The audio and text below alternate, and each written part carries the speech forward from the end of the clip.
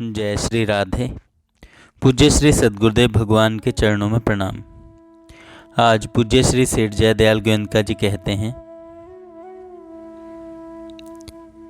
वास्तव में नाम की महिमा वही पुरुष जान सकता है जिसका मन निरंतर श्री भगवान नाम में संलग्न रहता है। नाम की प्रिय और मधुर स्मृति से जिसके क्षण क्षण में रोमांच और अश्रुपात होते हैं, जो जल के वियोग में मछली की व्याकुलता के समान क्षण भर के नाम वियोग से भी विकल हो उठता है, जो महापुरुष निमेष मात्र के लिए भी भगवान के नाम को नहीं छोड़ सकता और जो निष्काम भाव से निरंतर प्रेम पूर्वक जप करते करते उसमें तल्लीन हो चुका है, ऐसा ही महात्मा पुरुष इस विषय के पूर्णतया वर्णन करने का अधिकारी है और उसी के लेख से संसार में विशेष लाभ पहुंच सकता है। यद्यपि मैं एक साधारण मनुष्य हूँ, उस अपरिमित गुण निधान भगवान के नाम की अवर्णनीय महिमा का वर्णन करने का मुझमें सामर्थ्य नहीं है। तथापि अपने कतिपय मित्रों के अनुरोध से मैंने कुछ निवेदन करने का साहस किया है। अतएव इस लेख में जो कुछ त्रुटियां रही हों उनके लिए आप लोग क्षमा करें। भगवान नाम की महिमा अपार है, सभी युगों में इसकी महिमा का विस्तार है। शास्त्रों और साधु महात्माओं ने सभी युगों के लिए मुक्त कंठ से नाम महिमा का गान किया है, परंतु कलयुग के लिए तो इसके समान मुक्ति का कोई दूसरा उपाय ही नहीं बतलाया गया। हरिर नाम एव केवलम कलौ नास्तेव नास्तेव नास्तेव गतिरन्यथा। कलयुग में केवल श्री हरि नाम ही कल्याण का परम साधन है, इसको छोड़कर दूसरा कोई उपाय ही नहीं है। भागवत जी में आता है, सतयुग में भगवान विष्णु के ध्यान करने से, त्रेता में यज्ञों से, द्वापर में भगवान की सेवा पूजा करने से जो फल होता है, कलयुग में केवल हरि के नाम संकीर्तन से वही फल प्राप्त होता है। कलयुग केवल नाम आधारा, सुमिर सुमिर भव उतरहि पारा। कलयुग सम जुग आन नहीं, जो नर कर विश्वास। गाई राम गुण गन विमल, भव तर बिनहि प्रयास। राम नाम मणि दीप धरु, जेह देहरी द्वार। तुलसी भीतर बाहिर हूँ, जो चाहसी उजियार। नाम महिमा के प्रमाणों का पार नहीं है। हमारे शास्त्र इससे भरे पड़े हैं, परंतु अत्यधिक विस्तार भय से यहाँ इतने ही लिखे जाते हैं। संसार में जितने मत मतांतर हैं, प्रायः सभी ईश्वर के नाम की महिमा को स्वीकार करते हैं और गाते हैं। ईश्वर की रुचि और भाव के अनुसार नामों में भिन्नता रहती है, परंतु परमात्मा का नाम कोई सा भी क्यों न हो, सभी एक सा लाभ पहुंचाने वाले हैं। अतएव जिसको जिस नाम में रुचि प्रतीत हो, वह उसी का जप ध्यान सहित अभ्यास करे।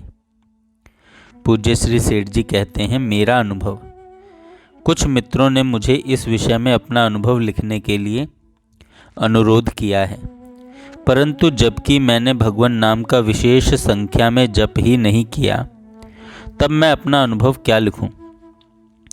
भगवत कृपा से जो कुछ यत्किंचित नाम स्मरण मुझसे हो सका है, उसका महात्म्य भी पूर्णतया लिखा जाना कठिन है।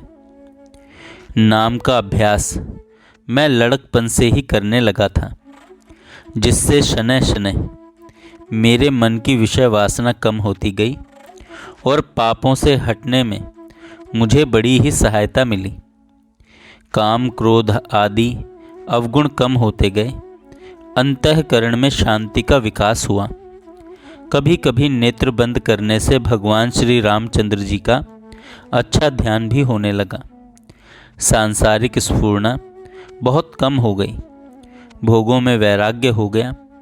उस समय मुझे वनवास या एकांत स्थान का रहन सहन अनुकूल प्रतीत होता था। इस प्रकार अभ्यास होते होते एक दिन स्वप्न में श्री सीता जी और श्री लक्ष्मण जी सहित भगवान श्री रामचंद्र जी के दर्शन हुए और उनसे बातचीत भी हुई। श्री रामचंद्र जी ने वर मांगने के लिए मुझसे बहुत कुछ कहा, पर मेरी इच्छा मांगने की नहीं हुई। अंत में बहुत आग्रह करने पर भी मैंने इसके सिवा और कुछ नहीं मांगा कि आपसे मेरा वियोग कभी न हो। यह सब नाम का ही फल था। इसके बाद नाम जप से मुझे और भी अधिक लाभ हुआ, जिसकी महिमा वर्णन करने में असमर्थ हूँ। हाँ, इतना अवश्य कह सकता हूँ कि नाम जप से मुझे जितना लाभ हुआ है उतना श्रीमद् भगवत गीता के अभ्यास को छोड़कर अन्य किसी भी साधन से नहीं हुआ। जब जब मुझे साधन से च्युत करने वाले भारी विघ्न प्राप्त हुआ करते थे, तब तब मैं प्रेम पूर्वक भावना सहित नाम जप करता था और उसी के प्रभाव से मैं उन विघ्नों से छुटकारा पाता था। अतएव मेरा यह दृढ़ विश्वास है कि साधन पथ के विघ्नों को नष्ट करने और मन में होने वाली सांसारिक स्फुरणाओं का नाश करने के लिए स्वरूप चिंतन सहित प्रेम पूर्वक भगवान नाम जप करने के समान दूसरा कोई साधन नहीं है।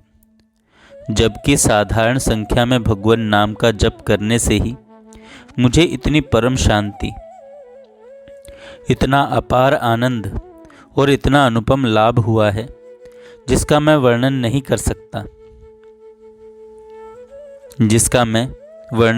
सकता।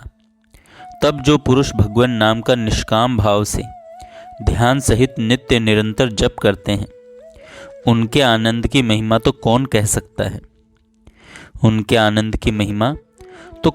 सकता है।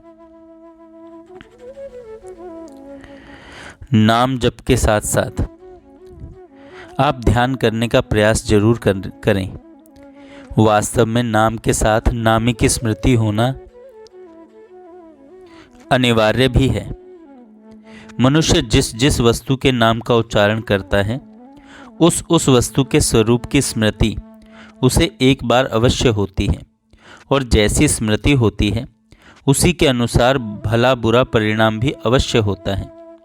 जैसे कोई मनुष्य काम के वशीभूत होकर जब किसी स्त्री का स्मरण करता है, तब उसकी स्मृति के साथ ही उसके शरीर में काम जागृत होकर वीर्यपात आदि दुर्घटना को घटा देता है। इसी प्रकार वीर रस और करुण रस प्रधान वृत्तांतों की स्मृति से तद अनुसार ही मनुष्य की वृत्तियां और उसके भाव बन जाते हैं। साधु पुरुष को याद करने से मन में श्रेष्ठ भावों की जागृति होती है और दुराचारी की स्मृति से बुरे भावों का आविर्भाव होता है। जब लौकिक स्मरण का ऐसा परिणाम अनिवार्य है, तब परमात्मा के स्मरण से परमात्मा के भाव और गुण अंतःकरण में आविर्भाव हों, इसमें तो संदेह ही क्या है। अतएव साधक को भगवान के प्रेम में विवल होकर निष्काम भाव से नित्य निरंतर दिन रात कर्तव्य कर्मों को करते हुए ही ध्यान सहित श्री भगवान नाम जप की विशेष चेष्टा करनी चाहिए। जय श्री राधे। जय श्री